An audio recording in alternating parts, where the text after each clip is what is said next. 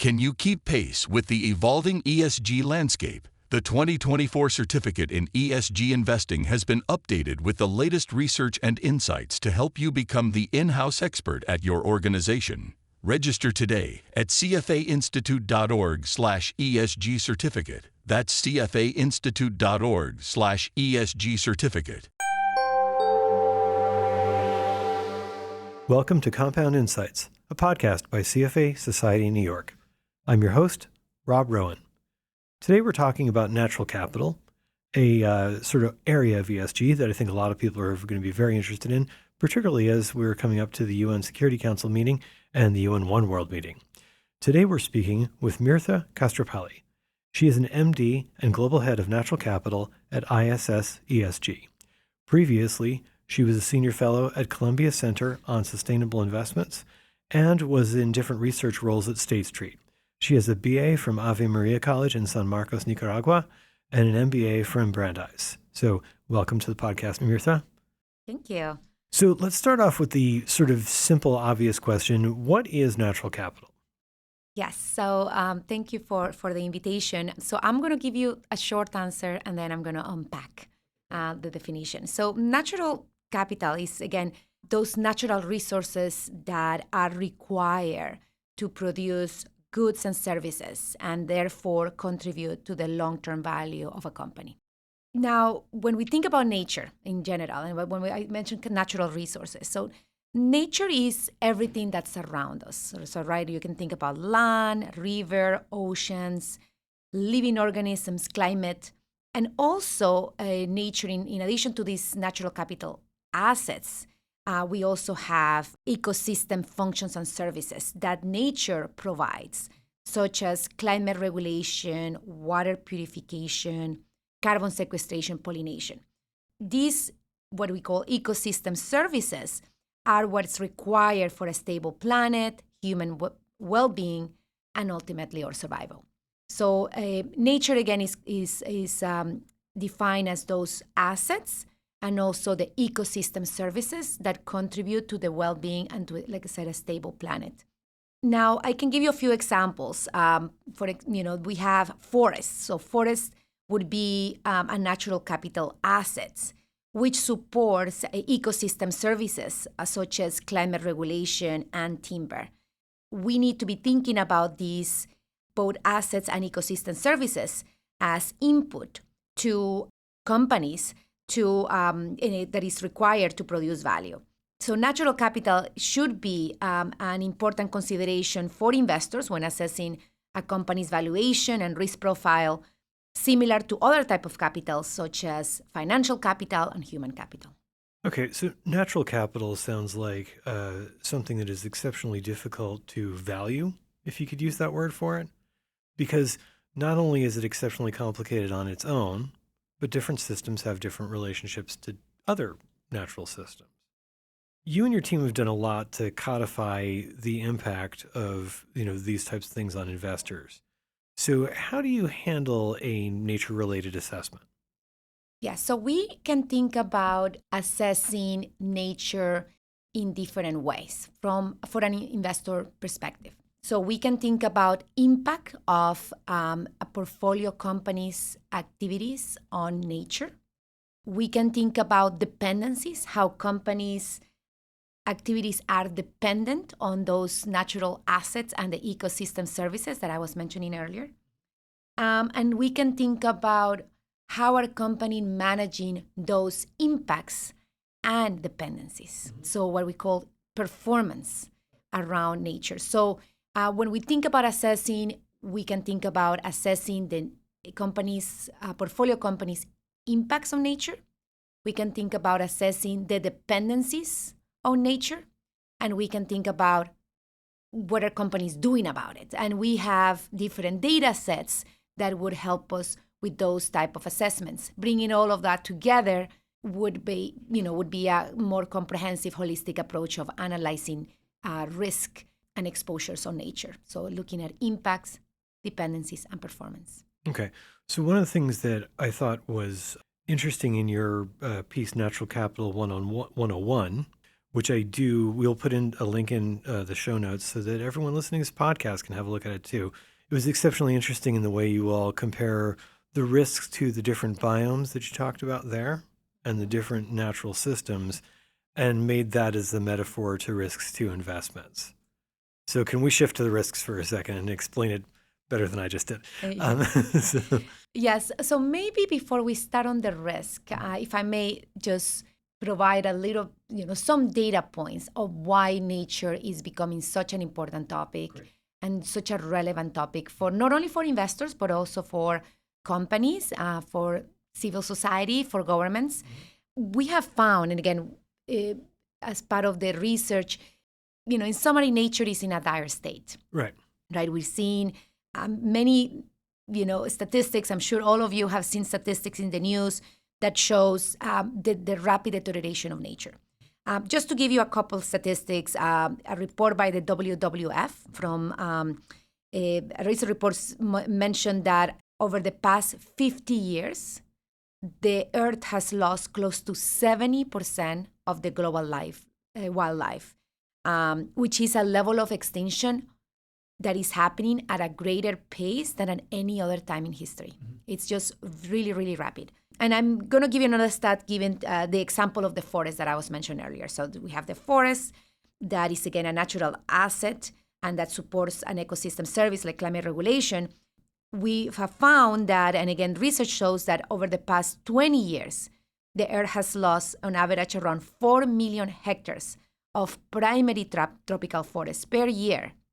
And again, with those forests, we're also losing the ecosystems. So these are, again, just two statistics, and we have many others in regards to land, soil degradation in oceans that, again, show that nature is again, we're losing nature at a really fast pace. Right. Just before we get there, because that number is quite high, and I think attribution is important when you give those things. Yes. The WWF report said there was a couple other things other than just land use that was impacting nature. There were some other notes about the impact of invasive species. Correct. On it. And there were other factors. So could you dig into that a little bit? Yes, of course. This is a great question because we need to understand what is driving that nature loss. I think that's the natural question after we talk about some of the statistics. Right. So the Intergovernmental Science Policy Platform on Biodiversity and Ecosystem Services is called the IPBES, which is the equivalent of the IPCC in climate on nature. So they have identified 5 main drivers, if they call impact drivers for nature loss. One of them is the changes in land and sea use. The second is direct exploitation of organisms, such as overexploitation of animals, plants, overfishing, again, an example in the oceans. The third is climate change. Climate change, it's causing or is driving nature loss. The fourth is pollution. And the third is invasive species, back to your point of invasive species. What the IPBES found is that the largest driver for nature loss today is land use change. Right. Is the largest. The fact that we are, and again, this is directly connected to deforestation, and I mentioned the statistic on deforestation earlier, and about agriculture. So agriculture, has a huge role to play. It's at the center, really, on the nature conversation and the biodiversity loss conversation. And that's the largest, by far, the largest impact driver. Okay, great. Yeah, because I think it's just, whenever I hear numbers like that, I always want to find out what's causative in it and what might be coincident to it, because there's a lot said about this. Yes. Another term that I want to throw in, and the idea is just to hopefully help your audience become familiar with a lot of these terms that are thrown around when we talk about nature. The other term that is important for us to understand is planetary boundaries. So planetary boundaries is something that is mentioned in a lot of the frameworks of nature, including the Science-Based Targets Initiative and others. And it's a concept that was introduced back in 2009 by the Stockholm Resilience Centers. And this concept basically identifies that a set of what they call 9 planetary boundaries, which humanity can continue, that are necessary for humanity to continue to thrive and develop. They really are responsible for the regulation and stability of the systems in Earth. So pretty important boundaries that we don't want to cross. And they include something like land system change, freshwater use, ocean acidification. So a lot of the scientific work behind this. What the scientists found in a report from last year, September last year, is that given this, where we are today, we have now crossed 6 out of the 9 boundaries, which again increases the risk of generating, again, this large-scale instability across those systems. So again, it's just to underscore the urgency that we're seeing from a lot of these reports, a lot of these science-based organizations that are telling us that we really need to be paying a lot of attention to the state of nature. And again, this has triggered things like initiatives like the Global Biodiversity Framework, which was announced back in 2022 in Montreal in the COP15 meeting, that basically set up a target for the civil society, for policymakers, for businesses and investors, a set of different targets with the goal of protecting 30% of the terrestrial, water, marine areas by 2030. So 30 by 30. And a lot of the work and a lot of the interest that we're seeing from investors on these topics are in a response to, again, a lot of the statistics, but also specifically the Global Biodiversity Framework as an organizing framework to drive a lot of different initiatives across the different public and private sectors. Great. So one of the things that I'm really interested in hearing from you about, because of your experience with this, et cetera, is key to that, and that is the data, right? So there's been a lot of people have complained about ESG data over time. And as this sector is also, for some time it's been an issue. What do you think is next for the data, other than just the regular march of more accurate, more useful, et cetera? Yes. So what I have to say on data is that we have data. There is a myth that there's no data on nature, right? So we have audited data, reported data from companies in regards to the use of different natural resources, right? Like we think about water, specifically, or even deforestation as well. They have different policies around managing deforestation risk around the supply chain. So there is some disclosures out there where we can start to understand, I would say, the performance on how different companies are managing nature risk. So that's a great starting point. We believe that disclosed data will continue to improve and become more available as companies begin to adopt new standards like the Task Force for Nature-Related Financial Disclosures, TNFD. We have early adopters that are already working on disclosures aligned with TNFD, and we're expecting over the next few years to see more and more adoption. That would mean more disclosures, more information for us, a company like ours that are looking at company disclosures to develop different assessments to understand the performance of these companies in how they're mitigating and managing risk around nature. So that's on the future, and what's today, what's in the future, and how this is going to get better and better as we get a little more not only more information, but also more granular information in regards to specific areas that companies are either having an impact or being exposed in regards to the dependencies. Now, we have also models, right, that, footprinting metrics that are using, scientific models to measure the impacts of companies on nature, particularly biodiversity. So we have, and again, that's something that is available at the company level, at the geographical level, at the activity level. We can actually see what type of activity a company, what type of activity a company has, and what's the impact of that particular activity how is that contributing to an impact driver? Okay, so you would, by that I gather you mean that individual company A does 1, 2, and 3 things, and number 3 thing has a much greater impact than 1 or 2. Yes, and we're able to map that, correct. We're able to map that, the impact of that company, and how is that contributing to a particular impact driver. So we're using the IBEX, as I mentioned, the IBEX impact driver, and we're able to pinpoint that with 2 metrics. So we're using 2 specific metrics for that. So this is the PDF, potentially the diversified fraction of species, or the MSA, the mean species abundance assessment. And they are, again, these models where we're able to get that type of estimation, I should say, of model impact data at the company and level, at the company and portfolio level. So that is something that can be used as a complement to the, for instance, performance data, and could give an investor already a guide or I guess, yes, an understanding when you think about different companies and which company has, higher impact than other. Right. So, I mean, this is really interesting to me, is the usage of this data. So is this typically the type of work you do for asset owners or people with fiduciary responsibility over a pool of assets?